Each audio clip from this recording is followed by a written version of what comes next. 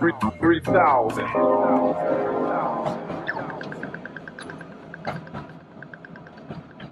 What is doing? My name's Maloney. This is the 3000 podcast. I'm joined today by a graffiti writer and a very requested guest. We have Stopem. Thanks for coming, man. Thanks for having me. You've been very heavily requested. Whenever we talk about writers, people always want to hear from you. So I'm really glad that you took the time to come down. I appreciate it, man. Yep, no, thank you. Thanks for having me. Appreciate it. So let's start at the beginning, man. How did you get involved in this graph stuff? Well, so I guess I first started sort of in the late 80s. That's from, being a kid and running around in the area. And the first thing that drew me was actually breakdancing, funnily enough. Mm-hmm. And I used to break with the older kids in primary school. I sort of got into that and breakdancing and hip-hop music. And what sort of ran with that was not necessarily graph, but writing your name with like an Artline 100. Uh-huh. Or like I wouldn't even say tag, but like I used to run around and write Bad Boys. We had a little gang of like scallywags, and we'd do that, bombing the school and things like that. Uh-huh. And then I'd met a guy that wrote Surprise, and he sort of said, well, if you're going to be doing that, this isn't real graph tagging, writing stuff at a school. You got to come to the trains. That's where graph is and what it's all about. How old were you around this time? I would have been about 12, Uh-huh. maybe 11 or 12. Yep. Yeah.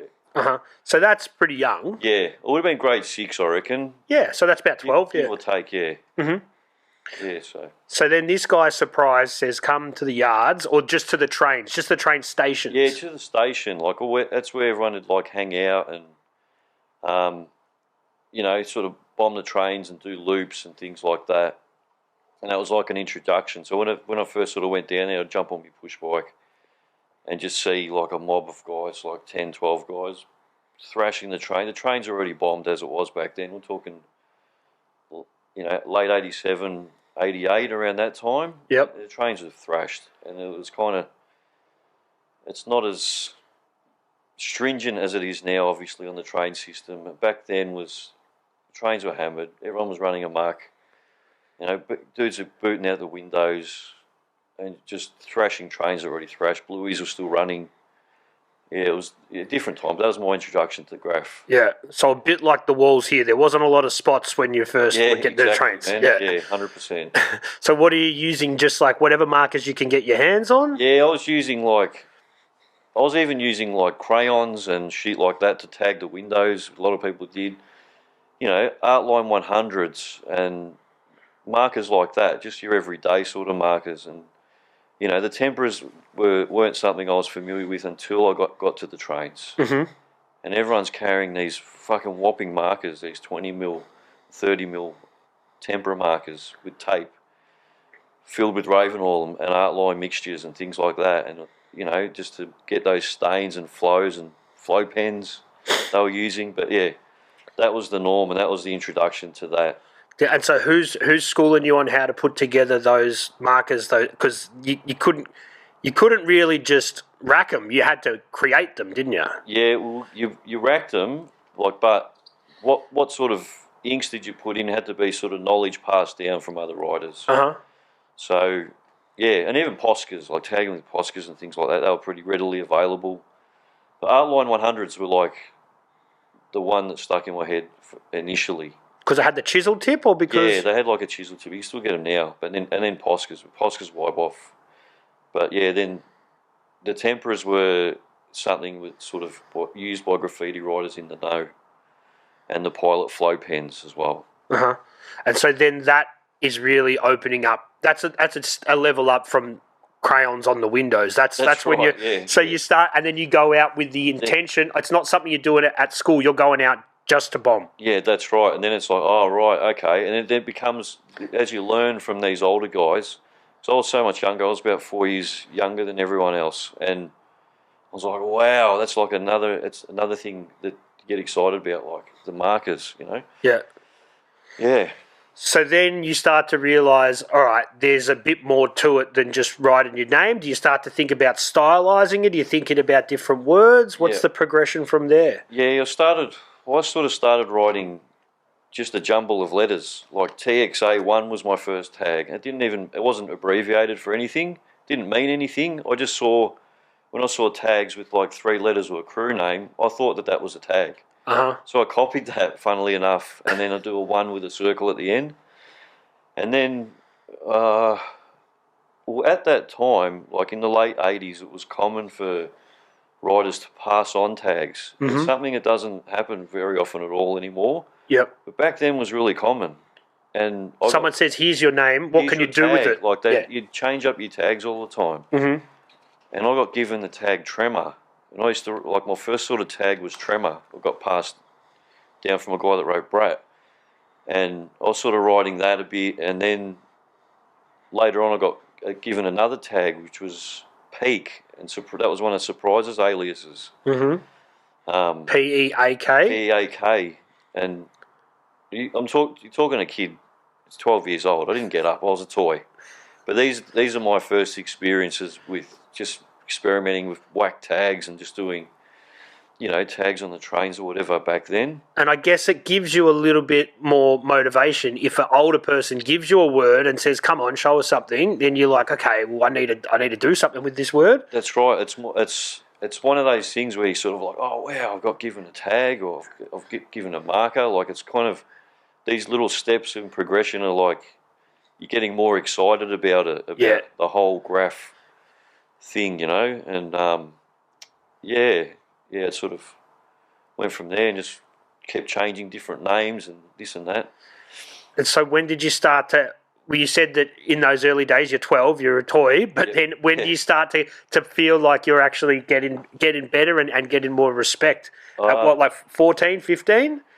Probably older, probably not till in the early 90s. Like then on I wrote some other different names, just tagging. I did 1 or 2 panels then, they were complete rubbish. Like I don't think they even hit the windows. And then there was, I was still bombing a bit, but because my tags weren't up to scratch, they weren't noticed, or they weren't, do you know what I mean? Like people just go by them. Still a toys. Like, this guy's tags are whack, man. Like, forget about it. And then I guess it wasn't until the early 90s, then I sort of started getting into painting trains heavier. And I got into doing panels more. And even still doing the panels and pieces that I was doing were not up to scratch.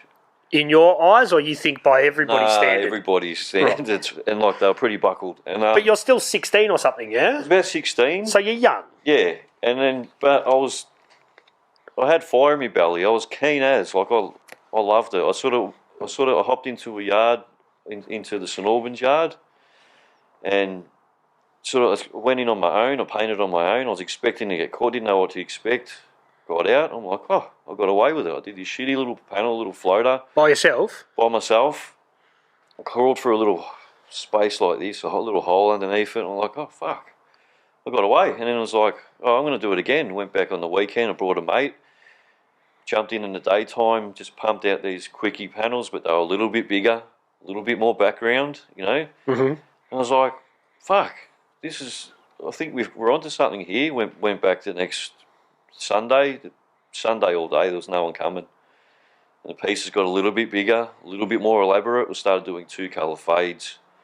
And, you're looking back now, you're still thinking, fuck, these panels are whack. But then they're slowly starting to get more, you get more comfortable with it. You know what I mean? You go from doing 1-colour fill and an outline and just a busted background where you've missed half your shines or you've missed your shadow or this or that. And then you just slowly progress, or you get more confident, and your pieces get bigger. Your pieces get bigger, and then you get a bit more detail.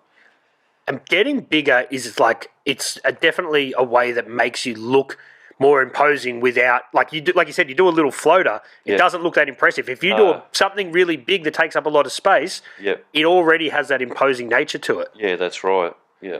So, I sort of started painting and getting into doing panels more. Were you doing track sides before that, or you pretty much went from just No, riding to yeah? yeah, I was doing track sides. I started off doing track sides. First piece was a track side in the middle of the day, and yeah, so I sort of done a handful of track sides around, and then while I was doing panels, I was doing track sides as well, and that was just predominantly in the west, just on the St Albans line. Mm-hmm. And I'd sort of venture out a little bit onto the Werribee line as well, and the Broady line, but not further than that. You like that domain? Yeah, Uh-huh. yeah, definitely. Just out west. Yep. But yeah, mainly St Albans line, man. And so at that stage, do you start to think, okay, I'm getting more prominent at this? Do you start to find a crew without intentionally meaning to? You've got more people to paint with? Yeah, so I started as we started doing, more track sides, more panels. Are the panels running back then a lot? They were running up to a week sometimes. Wow. Well, if you got one running for a week, this is going back 90, probably 92. That was sort of like the sort of buff was coming in. It was kind of on the cusp of cleaning up the hot tire system and panels still running, if that makes sense. Yep. So like the heyday was, everyone talks about, was like from 88 to 92 or something like that, and trains sort of started getting clean. So it was around that clean train era sort of thing, I guess you'd call it. But if they ran for a week, you'd be doing well. Which, yeah, well, now if people get them to run just to the next station, they're happy. Yeah, exactly. So it's a different time. Yeah. So at that stage, paint isn't what it is now, but you have to be resourceful and you've got to make things work. There's different sort of techniques. I hear people use dye marks to make colours. You're doing all that sort of stuff? Yeah, that sort of come later. Uh-huh.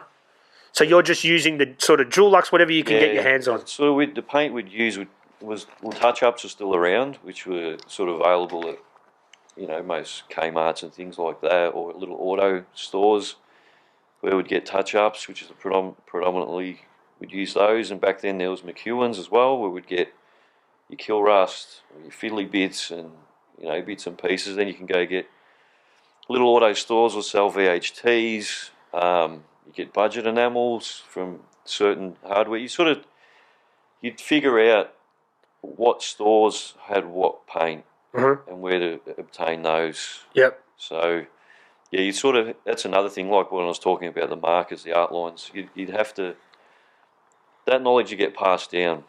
Like, I know where to get this, and I know where to get that. So, yeah. And even with nibs as well, you need to make it work. Yeah, well, nibs, even the little shoe stores at the shopping centre, you'd go to a key cutting joint and they'd have a handful of tuxins, colours that you wouldn't use. You'd have it could be clear or polished or whatever, but you'd still grab the tuxin caps off the tuxin because they were good for outlining. Like they were the best. Yeah. So just things like that, you'd know, and that was passed on through other riders and things like that. And sometimes you'd pick up different ideas from, what works and what doesn't. Folk arts were like a matte spray that you get from Lincraft. Wow. Like we used to use so many of those cans for all our panels. It had a matte finish, and then you'd have like the touch-up gloss outline that would be sparkling, or you'd be using kill rust from McEwen's when they were around, use them generally as your base fill cans or your budget enamels. That was basically the paint selection that you'd use, Might have differed a bit before that, I don't know, but yeah, that's from my recollection. I'm sure there's other ones I can't remember at the moment, but yeah. Yeah. Generally touch-ups and kill rust all the way. Then came plastic coats after, and that was the sort of go-to paint afterwards was the plastic coats. And when the panels started to level up, are you taking sketches and stuff into the yards, or are you because I heard different people say you wouldn't take any sketch with you because you don't want any kind of evidence, or would you go in there and just sort of freestyle that stuff? Well, yeah, I nearly always freestyled. Even still to this day, I rarely do a sketch for anything, for any pieces. Just as soon as you get there, it just comes to you. You've got an idea, so when you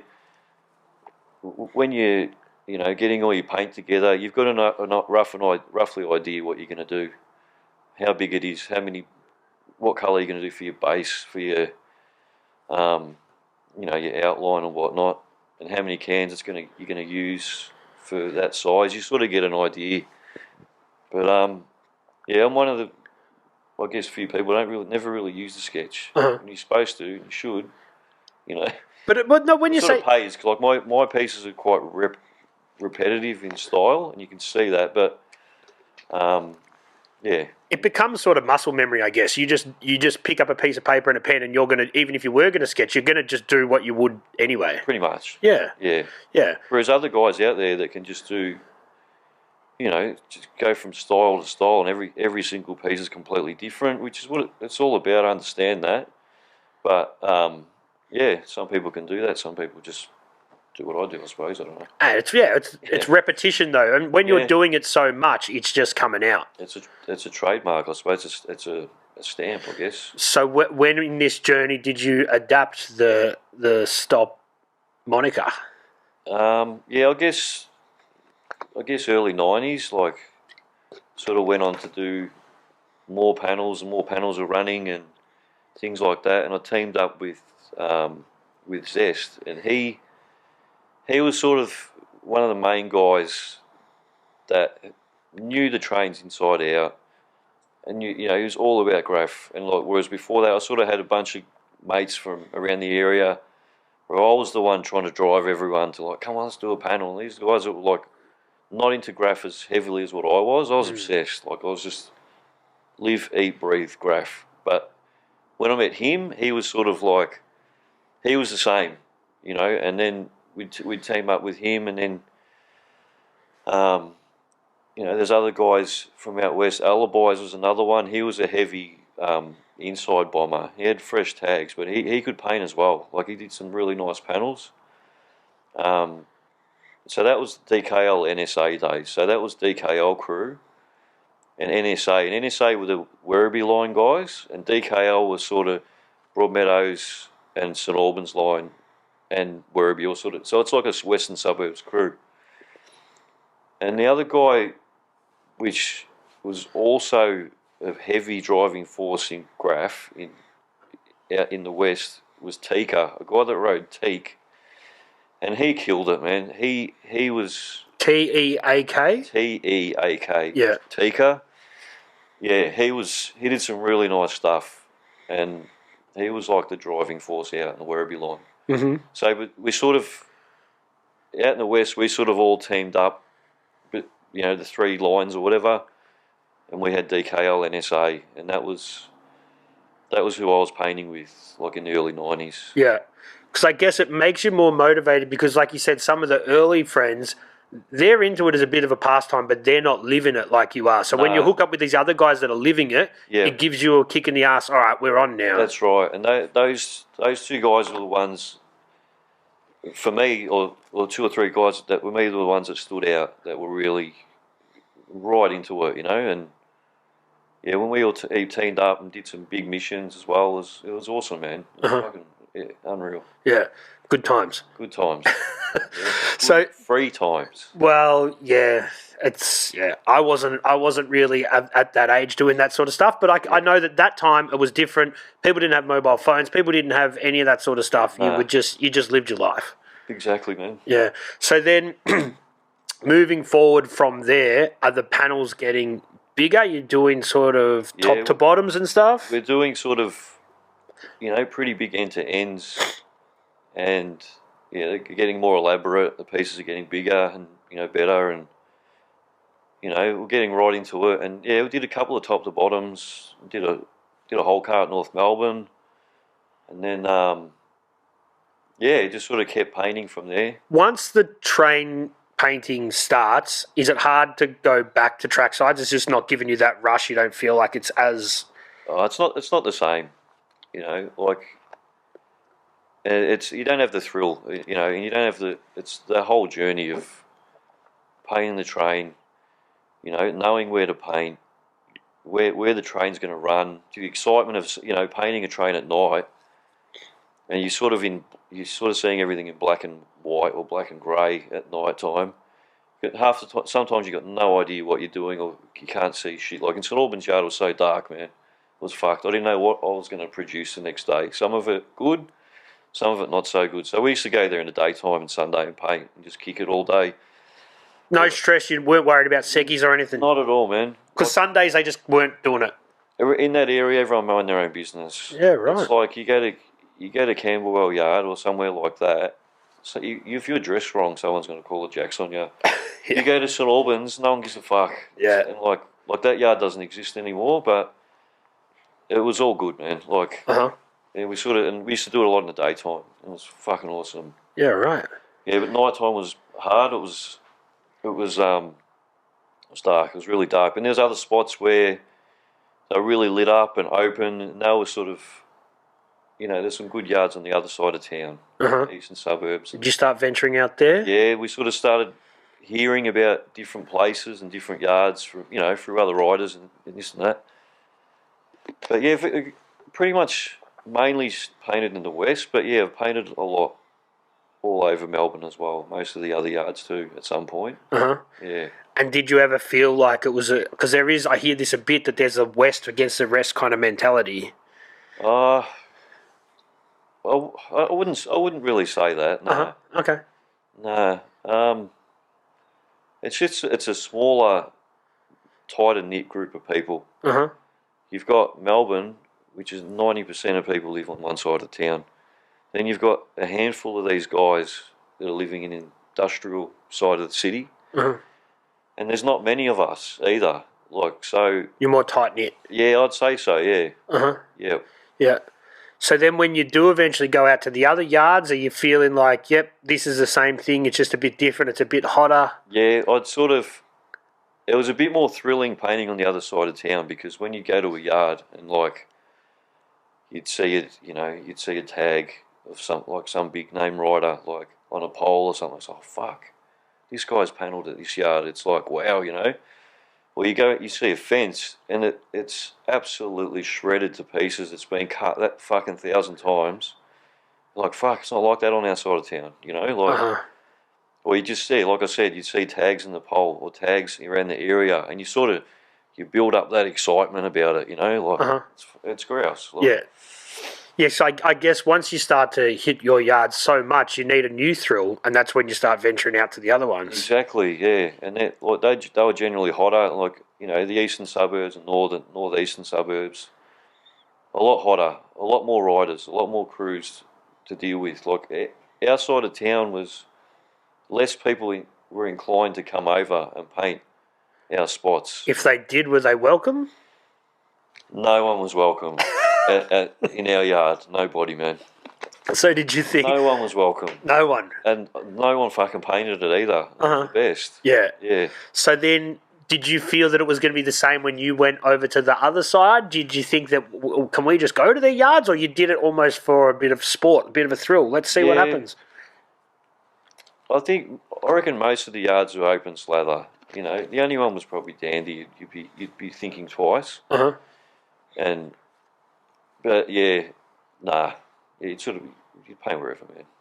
Yeah. And then with the paint, there was no, back then, I'm guessing it wasn't that hard to get your hands on it. Like you said, you knew, so you always had a steady supply of supplies. Yeah, that was part of it too. Sourcing all your supplies. You'd travel all around Melbourne, and you'd sort of know where to go to get certain paints and this and that and everything that you needed for it. So yeah. And that part of it too, you sort of open. It's an adventure. You're talking about teenage kids. For me, the train in itself was taking it out of the burbs, and it's a complete adventure. And the first time, going down the Hurstbridge line and seeing all those pieces, I'm like, what the fuck? You see the same pieces you saw in Hype magazine. You're like, oh wow, that's fucking, this guy or that guy. It's unreal, man. And even just catching a train to a different line and seeing pieces from other riders, and it's exciting. Yeah, at the time, it's good, man. What I find really interesting about riders is that they love trains so much, but they sort of want to destroy them at the same time. It's a real sort of artistically interesting thing. Yeah. Yeah, true. It's like, well, no one else sort of buys books on a certain thing, but then also spends most of their life trying to deface them. But it's super interesting about graph. Yeah, that's a good point. I I often think like that. Yeah. So when you're meeting other riders over the other side, is it like, all right, I've seen this person up. A lot of the time they're cool. Sometimes they're not. It's always different. Yep. Yeah, of course, it's like it's always different, I suppose, depending on. Everyone's got the common goal, Mm-hmm. and that's to paint. So, and that's where you go down certain lines, and everyone's doing the same thing, and you go off and you have that common interest, I suppose. Yeah. And everything that comes with the graffiti lifestyle as well. Because it's the lifestyle, isn't it? 100%. It's doesn't just stop at painting. It's got everything else that's associated with that. And what for people? Partying and socialising and Camaraderie. hip hop and everything. Yeah. Yes, yeah. So for younger generation that just think it's about getting a marker and doing a tag, you think that they don't understand what it's really about and what the essence of it is? It's a tricky question. I don't really understand that, but yeah. What I'm saying is that I guess some there would be, some there wouldn't. Wouldn't I don't be. know. Yeah, but you're just trying to say that it is deeper than just the graph side of it. Like Yeah, it's the 100%. graffiti lifestyle and it's the culture. Yeah, 100%. 100%. Yeah. So when you start to get a little bit older, you're hitting the trains pretty hard in your teenage years. I guess you get to like 20, and that's again when people kind of drop off a bit. Yep. But the people that are really into the lifestyle, they're going to continue on. Did you see that change in who you were hanging out with and who was still painting? Yeah, definitely. So generally, like a lot of riders are when they turned, like a lot of the well-known riders, once they hit around 18, 20, they sort of packed it in, which would have been, again, early 90s. That's sort of when I started, like, to sort of take it seriously. A lot of those guys, all those legendary riders in Melbourne, a lot of them sort of hung up the cans around that time, sort of early to mid-90s. But some kept going. Yeah. And kept at it. There's a handful of guys that have kept going all the way through until almost present day. Yep. From back then, not many, but there's a couple. Yeah. But yeah. And when you're still doing it in your early 20s, I guess the younger generation are coming up as well. Does that like spark a bit more? You're like, all right, I've got some young cats that I can hang out with that are also pushing. Yeah, there's I guess through your 20s, and then if you're still sort of living that graph lifestyle, and there are guys that are killing it and still painting and still doing trains and walls and things like that, but in a different, maybe in a different line or different way. It keeps you going, man. Definitely. And then when you start to do that more regularly and other people are dropping off, does that change your evolution of the crews that you're hanging around with and that sort of thing? Yeah, so after that, after I sort of stopped painting around, well, DKL that sort of died out, and then later on there was a handful of people still riding, and there was the CKA crew were around, and there was a guy Detz that he painted a lot of trains sort of around that time, and there was a bunch of other guys, Copper, Dit, Duke, Discover, Pelt. They were the CKA guys, but there was a few that were sort of painted more than others, and they were sort of around, that time, around 90, 92, 3, around that time painting. And they sort of all hung up the cans, and there was a guy that wrote Dit, and he was a machine. He was, not only was he like a good piecer, a guy that done panels, but he used to love bombing trains. And he kept pushing that through the mid-90s when everyone else sort of gave it away. Another guy was Patch. He was a really well-known big-time bomber, and he was still painting. And I was still around, and I sort of started painting with them, sort of mid-90s to late 90s. Still were doing trains back then, and then we sort of kicked it off, and then after that, there's a guy by the name of Runs, and his pieces started showing up on the St Albans line, And it was kind of cool that there was someone from out that way to keep it going that had the same sort of drive. And then You felt that it went a bit quiet for a while? Yeah, it went a bit sort of mid-90s to late 90s, sort of went quiet. It was only me and a couple of other guys that were sort of painting, and not that much either, as far as trains would go. But he popped up and he started doing trains, but he had the hunger for it, and he developed very quickly, and just started smashing trains and going and taking it to a whole other level. Mm-hmm. You know, and yeah, he just went on to do the most incredible burners, you know, and he's by far the king of painting trains in the West. Yep. You know, and you know, and then you got Duke as well, and he was sort of used to keep to himself in the late 80s, and then he sort of wrote with Dets and Desk as well, more hitting the lines, things like that. And then when he came out in the mid 90s with Dread doing these track sides, they were just like someone had landed from the sky and painted these elaborate pieces. They were like light years ahead of anybody. Mm-hmm. So when I look back at St Albans line, I think by far Duke was always the king of the line doing the pieces, and Runs is by far the king of painting trains. Like, he's done twice as much as anyone else on the line, mm-hmm. and the best. Yep. You know?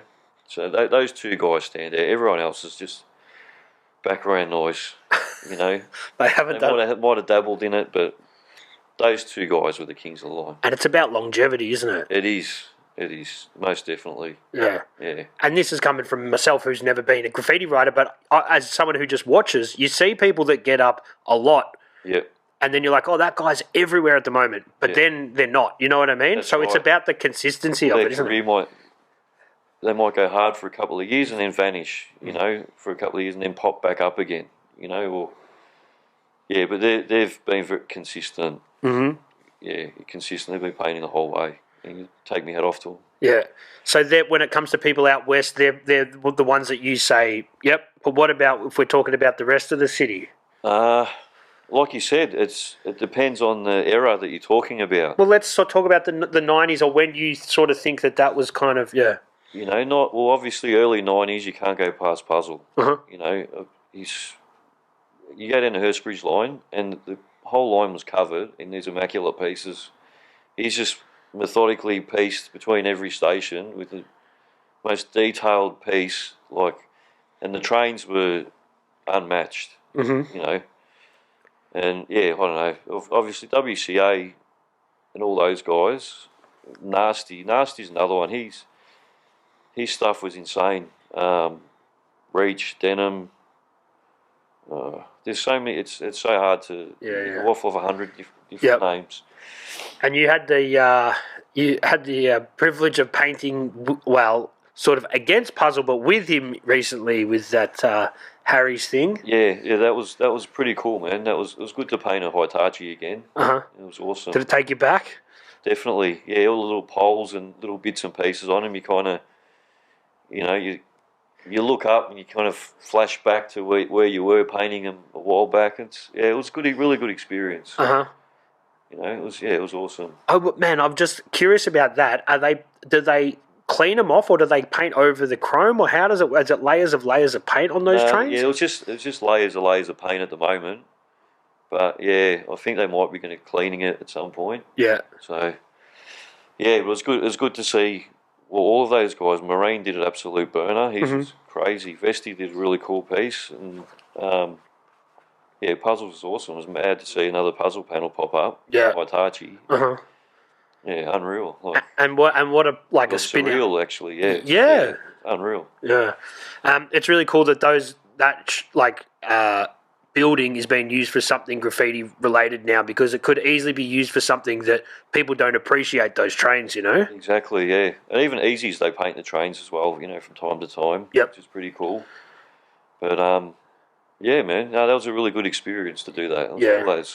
So let's get back onto your graffiti journey. Mid 90s, things are changing. Graffiti becomes less popular, you're saying, out west, but I feel like it sort of has a bit of a resurgence in popularity in general. Yeah. I reckon sort of mid 90s to 2000, things were a bit quiet. I remember, I'd say, guy who writes Impact, he was fucking killing it, like, around that time. He had a lot of panels running. TGC crew were probably the main crew at that time. I can't think of tags. A bit blurry, but yeah, that TGC crew were probably the main crew around that time, mid 90s to 2000. And then after that, there was a big resurgence in train painting. And there was What do you think kicked that off? I reckon it was some guys from interstate that came down. Was a big part of it. Yep. So there was guys that come down from Brisbane. Is that who you're talking? From Brisbane. Yeah, and they came down sort of late 90s, 2000, and they sort of hooked up with guys down here. And I think they sort of went, we don't have, like, there's no fucking security anywhere. Like, what's going on in this city? And they smashed it. You know, there's a bunch of guys from Brisbane that smashed it down here. And I think everyone woke up from their slumber, you know. All the old legends from 1990 or 92, they'd wrapped it all up. And they're like, one or two would pop up and did a few freights. Then the freights are getting boring. And they're like, let's do a panel. And then they're like, they've done a panel. Next thing you know, you've just got all these guys just absolutely smashing the system week in, week out, just end to ends, man. Like, it's something that you would never ever imagine in a million years. But they've all come back. And that does that give you? You're like, all right, well, we're back on here. Like, let's fucking go. Yeah, like, yeah. It was just at the time I was partying a lot, and you know, still active, but not overly, not painting heaps, but still painting a bit. But yeah, after all these end to ends were getting done every week in, week out, I was like, let's fucking go, man. Let's fucking do this. And it was every art was just getting hammered. It was like series of end to ends getting smashed every weekend. That are running? Running, yes and no. Because of the amount of painting getting done, they're pretty quick to buff, like around that time. But there were stuff that was running. There was, you know, back jumps getting done. There was trains that were running. So yes and no, but they were pretty quick to buff, sort of like they are now. But yeah, there was a big resurgence then. And because you never really stopped, like you said, you did kind of take it easier. Because you never really stopped, you're a constant through there. Where a lot of other people had sort of, like you said, hung up the cans, but then they came back when they saw this resurgence. A lot of guys did. Yeah, once they sort of, you know, there's a couple of guys that doing, and then someone out of the woodwork. I'm like, fuck, I remember that guy. Like, can't believe he's fucking painting again, you know. And there's a lot of guys like that. Some of the old 80s legends popped up, and it's good to see, man. Yeah, it was fucking unreal. Like, and for someone like you that was always been all about the culture, you must have been stoked. All right, like, the people are showing interest again. I'm back on. I've got some old mates to paint with as well. Yep, 100%. Yeah, it was fucking awesome. You know, there's guys from all over painting at that time. It was unreal, man. And we were venturing out and painting different places, you know, going up to Sydney and doing panels, going up to Adelaide and doing panels, and, you know, venturing around. The Sydney trains are totally different, aren't they? Yeah, completely, man. Double story. Massive. Massive. And they go to a lot harder lengths to paint trains up there. Really? Because of the security? Yeah. They go to some pretty extreme lengths. Like, for back then, thinking about it, I'm like, fuck, you just got to walk in and paint. There, it's a lot different. It was an eye-opener. So that's sort of like the big rush of everyone coming down. It's fucking easy to paint here. Right. And what's Adelaide like? Because they've only got like 4 train lines, though, don't they? Yeah, that was pretty locked down, because that city, they just had the highest concentration of riders in such a small space. So that was absolutely thrashed. Yeah. Because they love their hip hop in Adelaide. They do. Stuff, yeah. Yeah, the train scene was pretty tight and pretty not getting done a lot. But again, it was like here, they had a resurgence, and trains were running and getting done, and they're still getting done today. So, like, but a lot harder because of the smaller scene. But yeah. So when the late 90s, when it comes back and everyone's hammering them again, is it only a matter of time before the authorities start to go, we got to knuckle down on this? Yes. There's a lot of, they made it a lot harder to get into the yards and things like that. But you'd find a way. Always. Yeah. But yeah, there's, you know, a few people got busted, and rated and whatever, and it's kind of once the trains weren't running, I think a lot of people lost interest after a couple of years. It would seem like that anyway. Yep. But then again, there's always a new generation of riders popping up and smashing it. It's like a revolving door, yeah? It's like... You've got to keep it moving. As soon as one hangs up the cans, another one comes straight back up. And it evolves. Yep. You know, uses different techniques to paint the trains. It's nothing now. The guys that paint trains today, I can't imagine comparing to how guys are painting trains in the 80s.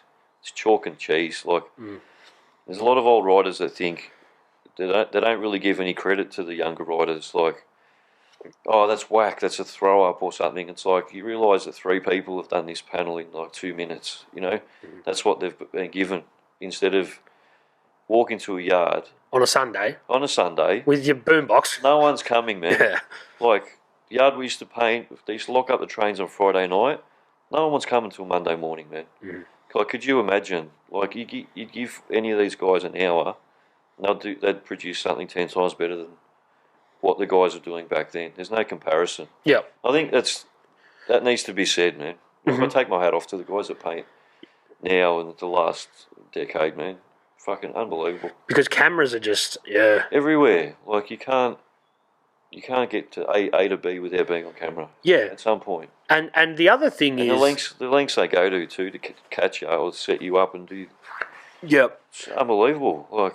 And the other thing is, oh man, it's crazy. But now you've got every good Samaritan's got a phone. Where they could take a photo of you or call the cops. So it's a different time in the 90s. They've got a camera. They've got a video camera in their pocket. It's a completely different time. Yeah. And people have got the body cam things, you know, so it's different. Yeah. So that obviously was kind of like that last sort of time before cameras and everything took over, but you gave it a good nudge for that late 90s, sort of early 2000s. Yeah, definitely, yeah. Yep. And I sort of hung up the cans sort of around mid to late 2000s, I'd say. Not entirely, but I would say around that time. Yep. It sort of went, and so I started switching my focus as my personal situation became different. Yep. I thought, I can't keep doing this now. Yep. And just sort of shifted towards painting walls and going into a different, what would you call it? Like a more mature. More safer way of painting. Yeah. I suppose, yeah. Yeah, well, you can't be as reckless as that forever, really. Yeah, that's right. Especially when you've, like you said, your situation changes and whatever. Yeah. Yeah. So then, sort of made a decision to, start focus on doing other, grown-up stuff. A lot of riders that I talk to kind of say, "Oh, I didn't do enough," and they get down on themselves in their prime when they were active, thinking I didn't do enough. Do you have that, or do you think, I'm happy with how hard I went? I'm definitely content. That's good. Yeah, definitely content with what I achieved, like as far as painting wise. Yeah, definitely. Mm-hmm. But it's funny. You've always got this idea in your head. You're like, I just want to do one more, just one good one. You know, even if you've done 1,000 good pieces or panels, I want to do just one more, just one nice one, just to be happy with. You know, so yeah. But that one turns into another 5, and then exactly, man. Yeah, because realistically, it's an addiction. It is. It's Well, I'd say for a full year or so, I was full blown addicted to painting trains. There's nothing I could think about other than going to a yard and painting a train. How many in your prime? How many do you think you're doing in a year? I was doing one every week. So that's over 50 a year. Yeah, I did about 50 in 1 year. Mm-hmm. And I was addicted to painting trains. Yep. You know, with those 50, it wasn't a hobby. It was something that's a compulsion. That's a compulsion. Nothing was stopping me from doing it. You know, when you're doing 50 in a year, there's got to be some close calls or something. It can't always be chill Sunday afternoons. Plenty of chases and. Anything that sticks out that you want to mention or anything? Drama. Not really. Not that I can think of off the top of my head. Yeah. But can you remember when you're doing that many? Can you remember them all, or is it just a blur of just painting? Yeah, pretty much. Mm. Yeah, pretty much a blur, I reckon. Because there's probably some people that you went and painted with and they've only done a few and they're like, oh, yeah, I remember that. But you're like, oh, really? I forgot about that one. I've Yeah, done so many. that's the beauty of the internet. Like, a lot of them that they pop up. Like, I've seen a couple I didn't even remember doing at all. Mm. You know, and they're sort of like, oh, fuck, how awesome's that? You know, and a lot of photos have come up, even tags, like, you know, Surprise and Alibis they've picked up their panels and tags just from the internet, and I've seen stuff that I'd never seen before. Yeah. But were you because you were so heavily into the trains, you obviously weren't documenting it like other people were that were doing track sides. You know, you weren't taking the flicks like everyone else was.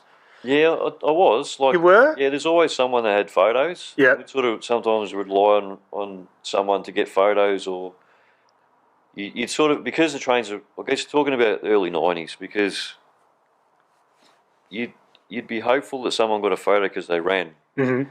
Whereas now you wouldn't be relying on anyone except for yourself to get a photo, because it's not going anywhere. Yeah. That's if it moves, you know. But yeah, back then it was in the back of your mind. It's like, yeah, whatever, man. If we get a photo, we get a photo. Sometimes you could wander into your yard without a camera and not even caring. Yeah. I've done some pretty big stuff. Like, I would have been, fuck, I wish I saw that, and just did a half a car, like nearly to the top of the windows. Went home, went to bed. Yeah. Didn't even worry about it. I was like, fuck, I'd kill for it to even see what that looked like. Yeah. You know. But I guess sometimes you would have got up the next day, had a couple of beers, and waited for the trains to run past and snap photos and that sort of thing. But you're not doing it every time. Not every time, no. It was like that's how it sort of started out. It was more fun, you know. Whereas sometimes now people are heavily documenting everything. Everything's posted to, you know, online and things like that. Whereas back then, you'd do a piece, you wouldn't really. Would you take a photo or wouldn't you? Like, it wasn't really a. You know what I'm trying to say? Like, yeah. It was temporary. Important. It wasn't. Yeah. It wasn't important because it was about having fun. It was more. It was like, yeah, I did a piece. Yeah, that's cool. Let's go do something else. Like, instead of being documented, or that's the way I view it anyway. But the other side is that people now that are documenting that, you see it and you're stoked on it. So it's hard because you were living in the moment, but other people were documenting it. Yeah, that's exactly what it was about. It was living in the moment. You know, going doing a panel without a camera or not even worrying about a photo. It's like, you wouldn't do that, but like at the time, like, you're just doing it for fun, man. Like, yeah. And has it always been fun for you though? 100%. Yeah. It never became a job. It never became, I have to do it. It's when you're doing it. Oh yeah, definitely. Sometimes, even now, like, even when I paint, sometimes it's fucking freezing. It's the only time that I can paint. You know, I've got to just get up and do it. I'm like, what the fuck am I standing here? Where it's pretty much snowing. You know what I mean? I should be going and sitting by a fire, and instead I'm doing this piece. But you do it, man. Like, it's, I don't know, there's something inside you that keeps driving you to do it, I suppose. Yeah. I don't know. But yeah. Yeah. So, and as you get older, as you know, your time's a valuable thing. So if I've got an hour, I'm going to fucking grab it and go and do a piece. Like, yeah, for sure. Yeah, so. At what point of your graph life do you feel, because you said that you've got now your style that you just do instinctively. Yep. When do you reckon that sort of came to be? And obviously you're constantly tweaking it, but you've got your distinct, specific style now that people know and see and they can tell it's you. Yep. When do you reckon you developed that to get it to the point that you were happy? I don't know, fair few years. Yeah. Even now, I'm like, if you always find something wrong with it, like, oh, that's not right, or this isn't right, or that's not right, you know, like, yeah, I don't know. When you say it's not right to you, or you just think it could be better? This could be fatter here, which would make it look stronger. Like, you always pick your faults in it, mate. People are like, oh, that looks great. I'm like, oh no, I fucked that up. Like that's I've missed a highlight here. Or, like, they can't see it, but yeah. Yeah, well, because you're your own worst critic when it comes to art. 100%, man. Yeah. 100%. Yeah. But that's all part of it, because I think anyone who said, I've dialed it and I've smashed it, they're never going to keep getting better. Yeah, exactly. You always keep improving. Yep. Uh-huh. That's it. When you smell paint, does it take you back? It's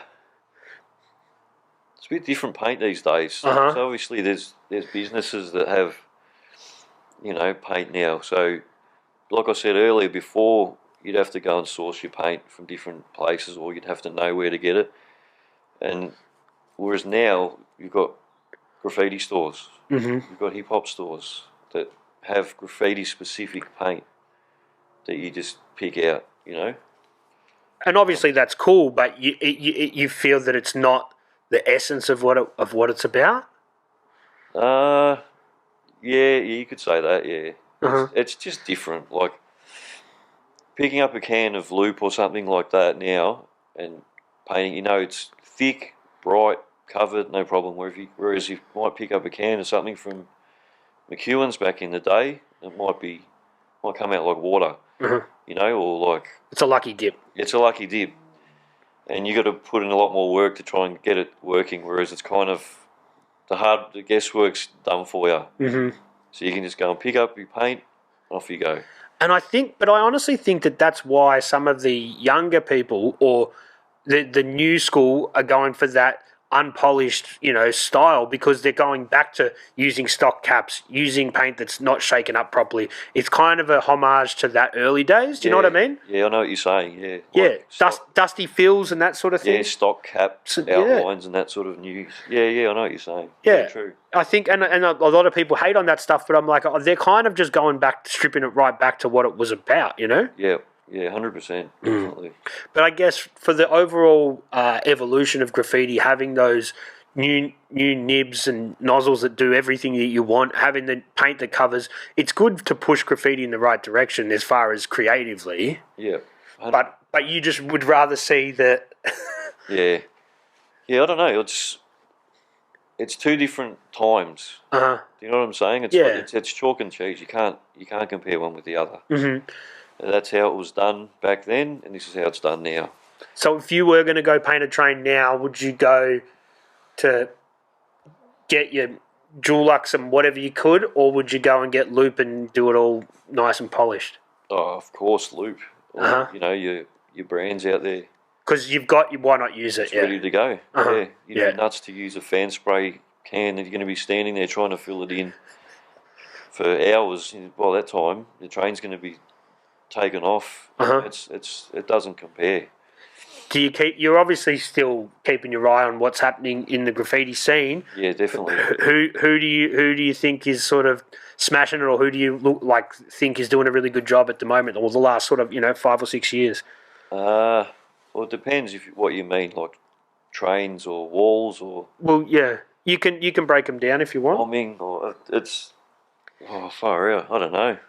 I don't really know where to start. No one that jumps out to you like that person's like carrying the torch sort of thing. No, not really. Not that I can think of. No. Okay, I'm gonna lead in with this. Is graffiti art or is it destruction? What do you see it as? Oh. Graffiti is. It's in the eyes of the beholder, isn't it? Really. But I'm asking your opinion. Yeah, it's about destruction. Yep. It's beautiful destruction. Like, for me, it was always like going back to when my introduction to graph was all about bombing. Yep. Like, first and foremost, it was like panels and pieces were secondary. Like, 90% of people were bombing, doing insides, and the rest was like guys doing burners. Like, you'd see a burner and be like, that's fucking rad, but it's not something I'm ever going to do. That was my view on it.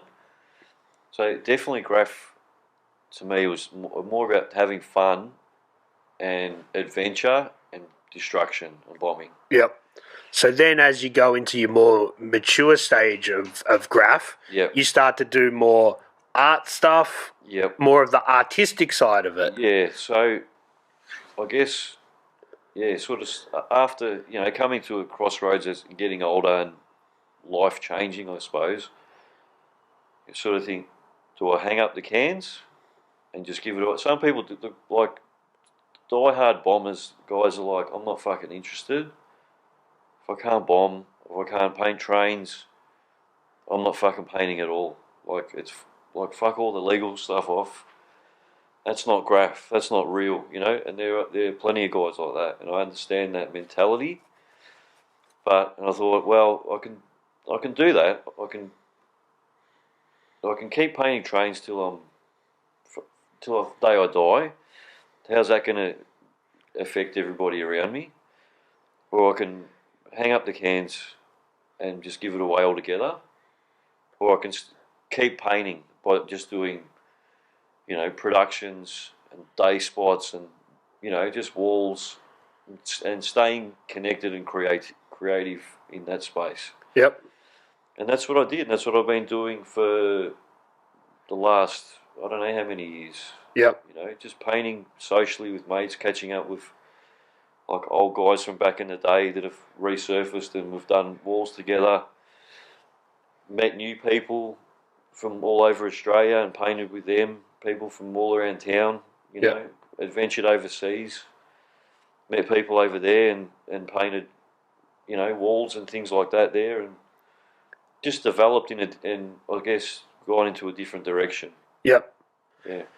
But that is a really cool way to stay connected with people, and I guess there is like a bit of a resurgence where people have come back that are, you know, have probably had a long time off, but they're just going to go paint those afternoon spots and do those big productions. It's a cool way to stay connected. It is, and a lot of the guys, you know, like even guys in my younger days, that pop up and it sort of say, "Hey, fuck, you're still doing this shit," you know, like I'm like, yeah, and they're like, I can do this. Like the cans are.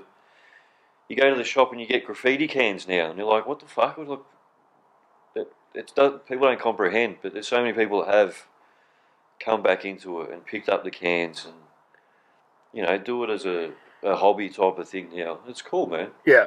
It's not for everybody, and I take my hat off to the guys that have kept it real the whole way through and kept it where it is and where it's supposed to be, 100%. That's on trains. Trains and graph go hand in hand. It's painting walls isn't graph. Graph is on trains. Uh-huh. You know, yeah. So if graph's on trains, then what's a legal wall? Just a mural? Yeah, it's a painting of graffiti on a wall. Okay, I like that. Yeah. Yeah, it's not. It's an emulation of graffiti. Yeah, it's painting a picture of graffiti onto a wall. Right. But that can be fun. Because you don't do graffiti anymore. You know what I mean? That's the way I see it. Do you think, can people exist in both worlds, do you think? Oh, yeah, why not? Uh-huh. Yeah, of course. Yeah. Is it, yeah. Well, because it's interesting because now graffiti has become so, or the term graffiti has become so mainstream that you could say to someone's nan, they're doing a graffiti mural on that wall, and people would be like, they'll know sort of what it is.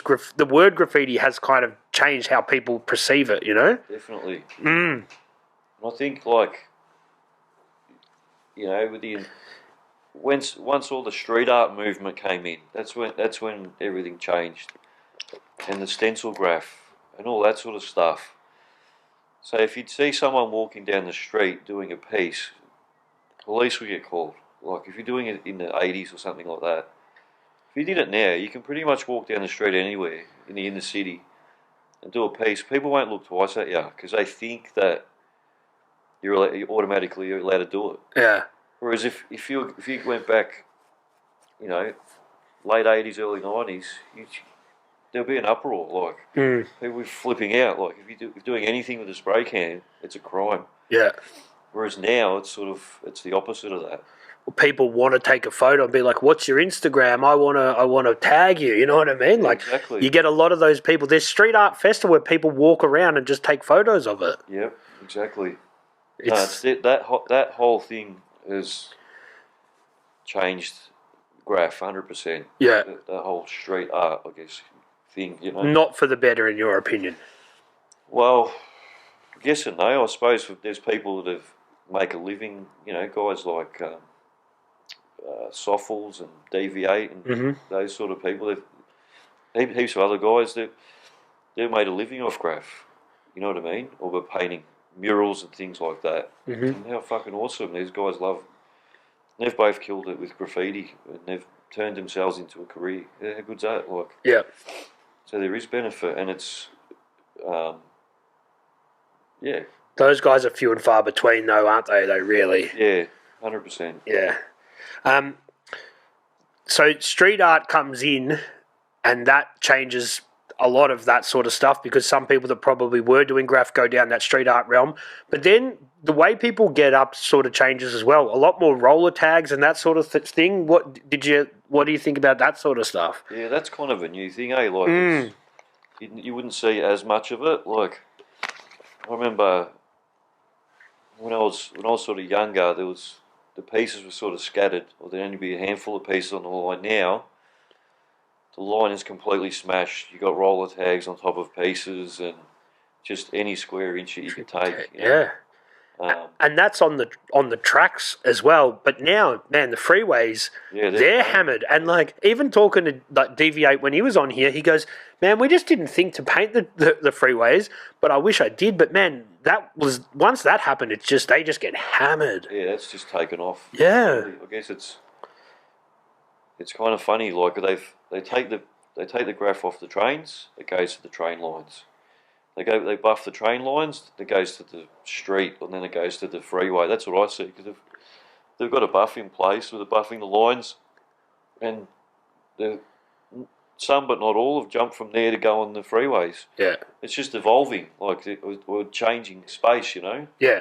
But graffiti riders will always find a way. And when there's no spots, you look at the dudes that are abseiling down buildings and stuff, they're always going to find a way. Yeah, it's just another extension of that. Like, 10 years ago, you would never think of abseiling and doing graffiti in that way, you know. And like, they're all the roller stuff and all that. It's evolution, and it's stuff that people have picked up from overseas, from America and Europe, and their trends generally fall over. That's the same with graffiti. It's the same sort of thing. What about the slaps and the stickers, man? Back in the day, people would have maybe, I'm not going to put a sticker up, but now everyone's got stickers. Yeah, it's another thing as well, you know. I guess it's another way of getting up. A lot of people print their names on stickers and stick them up, and yeah, man, it's just another way. It's evolution. Yeah, evolution, I suppose. So when it comes to your artistic evolution, you're doing some art shows and you're doing some legal sort of stuff. Do you want to tell us about how you got into that stuff, man? Yeah, just like I said, sort of late 2000s. Wanted to sort of change things a bit, and then just sort of start getting into doing exhibitions. Back then was per square metre. Yep. And they were sort of not the first, but like the first to sort of do a lot of graph. It was owned by writers. It was owned by writers, so they were doing graph shows, and I had a canvas in that. I think that was my first one, and you know, a few other places start popping up and do graph events and things like that. When you did that first one at per square metre, you had a piece in a group show. Yep. Did you look at that and go, I didn't think I'd ever be hanging a piece up in a gallery? Yeah, definitely not. Yeah, definitely not. That definitely wasn't my thing. But I did that, and you realised it was good. Yeah, it's all right. It's all right. It's just another. It's just another part of graph. It's a little piece. Mm-hmm. Did you sell that first one? Yeah, I did. Yeah. So that's good. And I just figured it's a little piece on a canvas. Now I've got a piece in this room. That's the way I was trying to change my mentality of it. Instead of like, that's selling out, that's fucking bullshit, that's whack, whatever. I was like, no, well, I'm in this position now. If I want to still stay creative, I'm going to do this sort of shit, you know. And paint at, you know, little festivals, and do, you know, paint wherever I can paint, man. Within, you know, it's in a controlled environment, I suppose. Yep. So then you've gone from that, then you go to do a solo show? Yeah, I did a few group shows and things like that all around the place, and then did a couple of exhibitions with Marine, and a few at Revs. The seasons have changed. Did a couple of those. Yep. But yeah, more of those. Just as a social thing to sort of catch up with people and and just kind of paint more walls. As a weekend type of thing. Yeah. More of a hobby. Yeah. But you got to scratch that itch though, don't you? That's it. Yeah. If you have a piece of paper and a pen in front of you, will you just do tags or would you sketch? I don't really do either, to be honest. What? So if you've got a bit of paper there and a pen, you wouldn't do it by? Yeah, I would, but I'm not really. I never really one to sit there. Cause some people have got the. Well, I get too distracted. I can't really sit there and do a sketch. Yep. You know, but yeah, sometimes I do it. I'm just like, and get bored of it, and then keep going. You know. Yeah. You got to, you got to keep it moving. Yeah, that's it. Because that obviously we've discovered over this chat that you're all about the physical act of the graffiti, not the preparation and the rest of it. It's about physically doing it. Doing it. Yeah. That's what it was all about for me. Because everyone's different. Some people. I wasn't fussed about what it looked like at the end of the day. I wasn't spending hours and perfecting an outline. There's writers out there that just spend hours perfecting an outline and like, this is just going to be the best planned out perfect thing. I was just like, I'm just going to go and do that and paint that. Don't give a fuck what it looks like. Then it's like more. I've just done it and done it and done it. It's changed and evolved in itself, I suppose. Yeah. Yeah. So it is whatever I slap up. That's what it is. That's what's going through my head and my arm then. Like. Yeah. Yeah. So. And so you're going to be doing some more sort of chill daytime stuff moving forward, and that's the way that you're going to paint and stay within the graffiti community. That's it, man. Just painting and it's having fun and just painting as many spots as I can. I still have that mentality to try and paint as much as I can in as many places as I can, and that's what drives me. So you're talking different cities, different lines, everything, like. I want to paint every wall in the city. Right. And then go to the next city and paint as much as I can in the next city. And then go to a different country and paint in every country at some point. Okay. And that's what drives me. Like, so it's almost like the panel mentality, but on the walls now in a controlled capacity. Exactly. Okay, yeah, it makes sense. I'd have that same mindset to try and get up. Even though it's not getting up as... You know what I'm trying to say? Yeah, it's a modified version. Exactly. It's a very watered down version. I was going to say diluted version. Yeah, it is, but it makes sense. You're still going to, What do you think about social media like Instagram, man? Because that changed graph a lot, didn't it? 100%, definitely. Yeah, it can be good and bad. Yep. You know, it's good to connect people and to see what other people are painting. It's like, oh wow, that's fucking awesome, like it's good in that regard. It can be negative with these people jumping on writing fuck knows what about someone you don't know, whatever. But yeah, I guess it's a double-edged sword, isn't it? With anything. It's great for the progression of it as far as people can see stuff and be inspired and be like, oh, that colour combo, whatever. Because, look, if people say you don't bite in graffiti, but people have been biting little bits forever in little capacities. You can't help it. There's only so many colours, blah, blah, blah.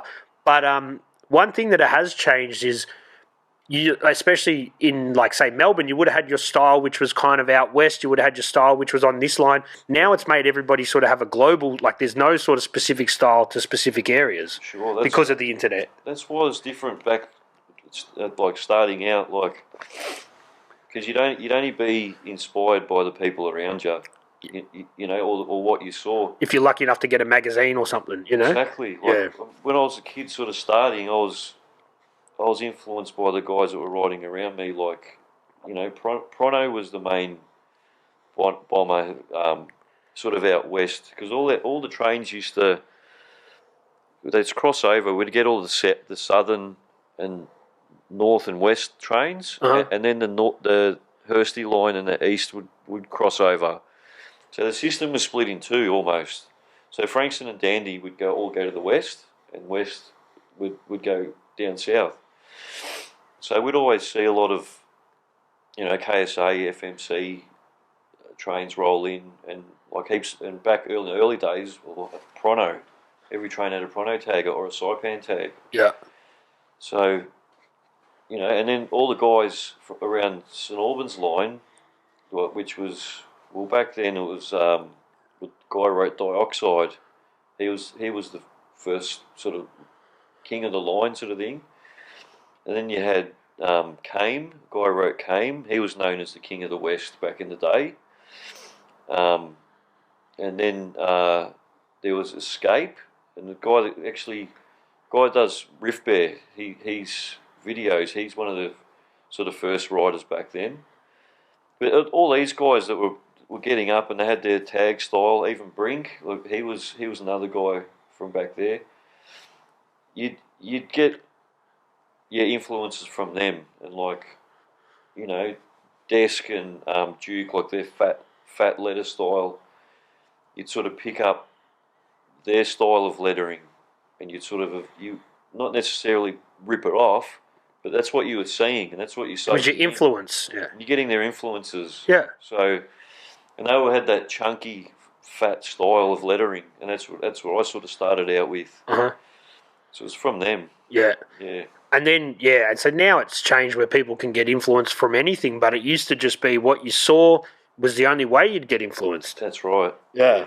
From what you saw. And I mean, there was guys that would just blatantly rip off guys' panels. Yeah, there's a difference between, you know, biting something and being influenced by something. Yeah. But then again, yeah, like you said, social media, you've opened yourself up. You've got yourself your influences from the train line to influences around the world. Yeah. And there's guys in Melbourne that are doing pieces that look like they've come from LA. Mm-hmm.